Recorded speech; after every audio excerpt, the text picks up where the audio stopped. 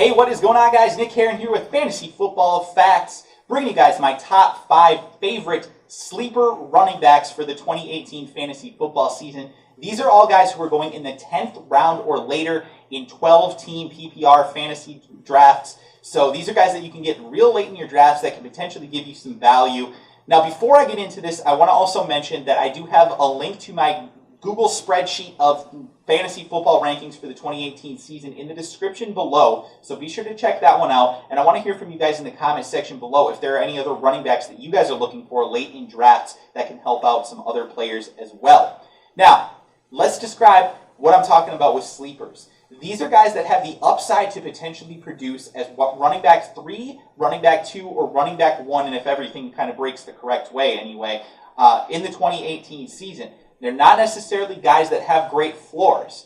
I understand, typically with fantasy football, we want to draft guys that have good floors, but at the end of your draft, what you're really shooting for is the upside.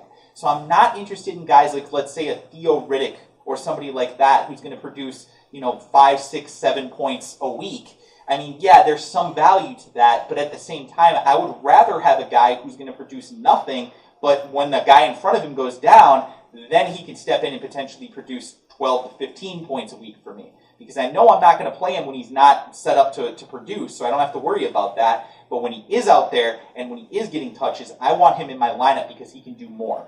So hopefully that makes a little bit of sense. These are guys that have, in my opinion, a lot more upside. So that's what we're really looking for late in the drafts.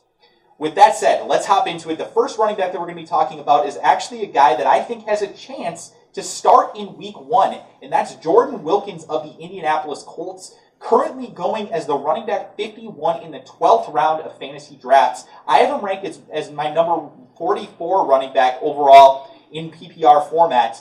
Now, one thing I will say is I'm not a huge fan of the talent of Jordan Wilkins. He's not a great athlete. He wasn't particularly productive in college, and he's just okay. He's just a guy, in my opinion. But just a guy in that Indianapolis Colts offense that's supposed to be, at least, vastly improved this season, could have some serious value.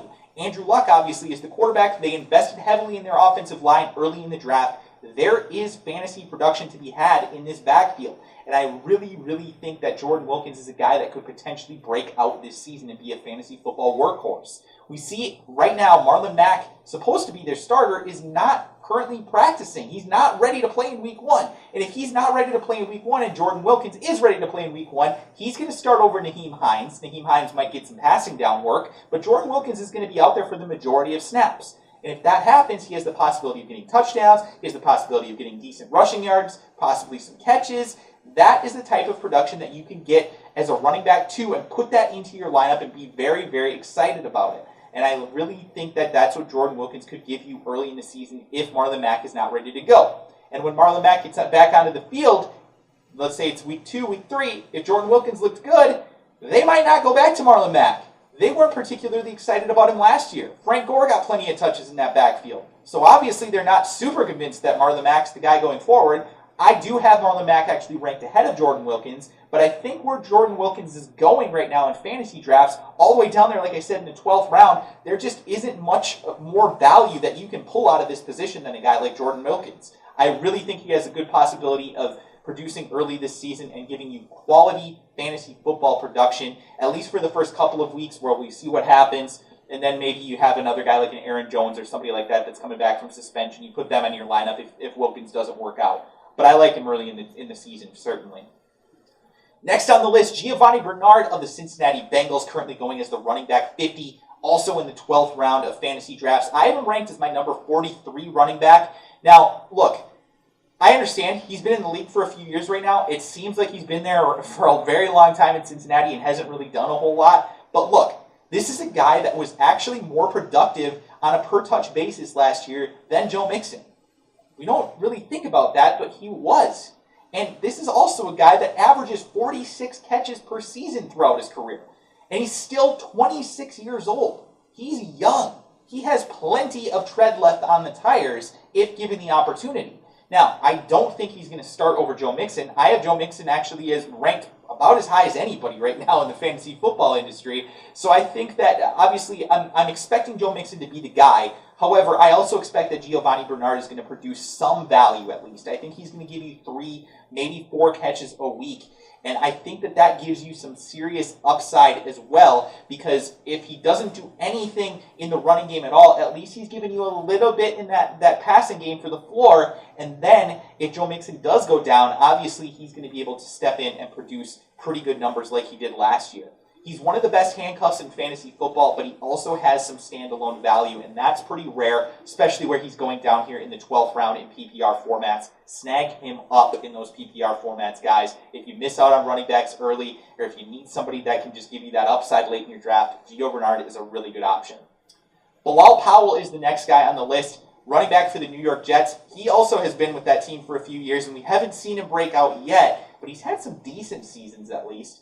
Currently going as the running back number 46 in fantasy drafts in the 11th round. I have him ranked as my number 45 running back, so just right around where he's currently going. However, the thing that I would say is that I like him a lot better than the other guys that are going in that range. I think he has a lot more upside, and I think he's a guy that could potentially give you running back 2 numbers if everything breaks the right way for him.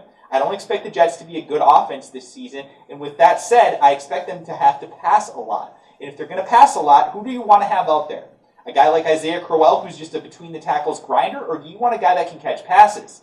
I want a guy that can catch passes. Bilal Powell can catch passes. He didn't quite do it too much last year. I think there were a lot of different extenuating circumstances with that, potentially not fully healthy, things like that. But the previous 2 seasons, he combined for 105 catches.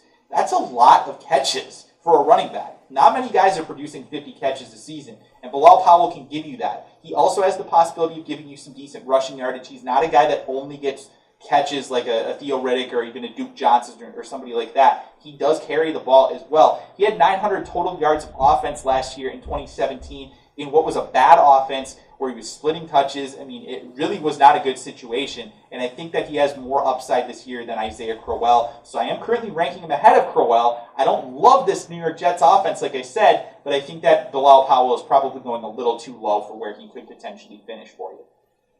Next, we have 2 guys who are, in my opinion, pure handcuffs, okay? So these guys are not players that we're really even thinking about touching or doing anything with unless the starter in front of them goes down. And the first one of those is rookie running back John Kelly of the Los Angeles Rams. Now, John Kelly obviously plays behind Todd Gurley. He's currently going as the running back 81. I have him ranked at running back 66. He's going undrafted in most formats, 16th round. I mean, he's basically just a throwaway player. A poor athlete, a player who has looked good in preseason, though, so there is some value to that. One thing that I would say is that if Todd Gurley does go down, I don't think there's much of a question right now. John Kelly has certainly played his way into being the RB2 there, and that offense should continue to be at least pretty decent with Todd Gurley being out. Todd Gurley does have an injury history, so we are a little bit worried about that, and I don't think it's a bad idea to potentially handcuff him to Todd Gurley if you're somebody that drafts him, and obviously with your first pick. And if you get John Kelly real late in your draft, if you're in a deep format, it's the 15th round or something like that, go ahead and snag up John Kelly. You lock up that Los Angeles backfield, and at least if Todd Gurley does go down, you can get John Kelly in there, and you're not going to take a gigantic step back. You're going to go from a running back 1 to a running back 2 for sure, but still, John Kelly can give you some sort of production, and that's pretty valuable. So I certainly would look at him as a guy late in your draft who could potentially give you some good upside. The other one that I really like that's currently a handcuff, Rod Smith of the Dallas Cowboys, obviously playing behind Ezekiel Elliott. We know Ezekiel Elliott's had off-field problems before. We know that he's had a couple of little injuries here and there, nothing substantial, but certainly is a player that we want to handcuff potentially, especially when the handcuff has actually looked pretty good on the field. And Rod Smith looked pretty good when Ezekiel Elliott was out. All things considered, he didn't get all the touches or anything like that, but this year I expect that he is going to be that pure handcuff for Ezekiel Elliott. And I don't think there are many of those guys that are in a good offense for rushing the football. Dallas's offensive line, if they're healthy, one of the best, if not the best, in the entire league.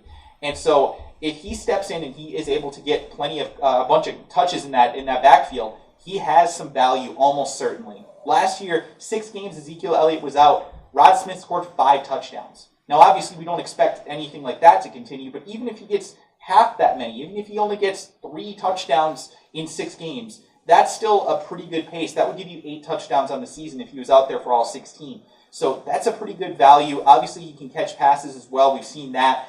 He could be a high-end running back 2 or even potentially a low-end running back 1 if Dallas's offense is better than we expect it to be in fantasy formats if Ezekiel Elliott goes down. So just like John Kelly, I like Rod Smith. I actually like Rod Smith maybe just slightly better than John Kelly as far as a pure handcuff, but both of these players are players that you really want to get late in your draft if you have deep formats. But other than that, pretty much only in dynasty formats for these guys. Don't draft them if you're in a standard league where you only have 15 rounds. They're really not valuable enough to do that. But they're players you want to keep an eye on either way in case one of your players does go down. So with that said, that's going to do it for this video. Hopefully you guys liked it. If you did, make sure to give it that thumbs up and, of course, subscribe to the channel if you are new. I would really appreciate it. Again, my rankings are in the description below. You can go check those out. I'll be doing quarterbacks and tight end sleepers here in the next day or two, so be sure to stop on back for that stuff as well. Wide receivers were earlier, so make sure you go check out that video as well. Hopefully you guys will love all this content that we're putting out, and it will help you in your fantasy football drafts. Thanks again, and I will talk to you guys again soon.